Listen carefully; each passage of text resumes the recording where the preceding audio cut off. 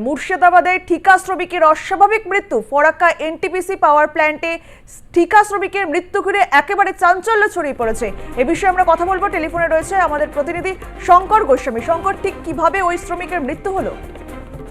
দেখো, এই বিষয়টি মূলত এখনো পর্যন্ত রয়েছে ধোঁয়াশায়। সম্পূর্ণ ঘটনার তদন্ত শুরু করেছে ফরাক্কা থানার পুলিশ।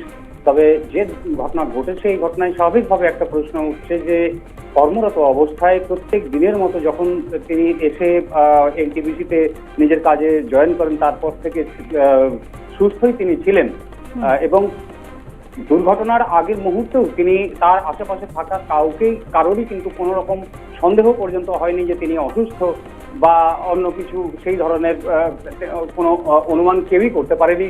এবং হঠাৎই তিনি সেখানে জ্ঞান হারিয়ে ফেলেন এবং তারপরে তাকে সেখান থেকে তড়িঘড়ি তার সহকর্মীরা নিয়ে যায় এনটিপিসি হাসপাতালে। সেখানে নিয়ে যাওয়া হলে চিকিৎসক তাকে মৃত বলে জানায় এবং এই ঘটনার খবর পেয়ে সেখানে পৌঁছান স্থানীয় তৃণমূল নেতা মইনুল হক এবং তিনি পরিবার সদস্যদের সমবেদনা জানিয়েছেন।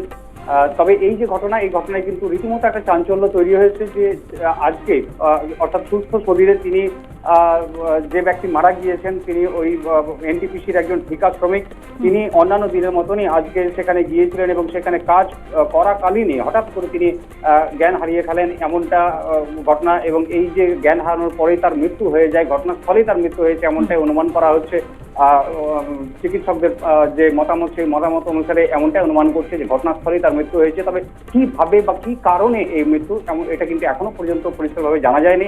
যথারীতি তার মৃতদেহ ইতিমধ্যেই পাঠানো হয়েছে জঙ্গিপুর মহকুমা হাসপাতালে। সেখানে ময়নাতদন্তের রিপোর্টেই জানা যাবে তার মৃত্যুর কারণ, এমনটাই অনুমান করা হচ্ছে এবং সেই দিকেই তাকিয়ে রয়েছে মূলত তার পরিবার সদস্যরা। ধন্যবাদ শঙ্কর।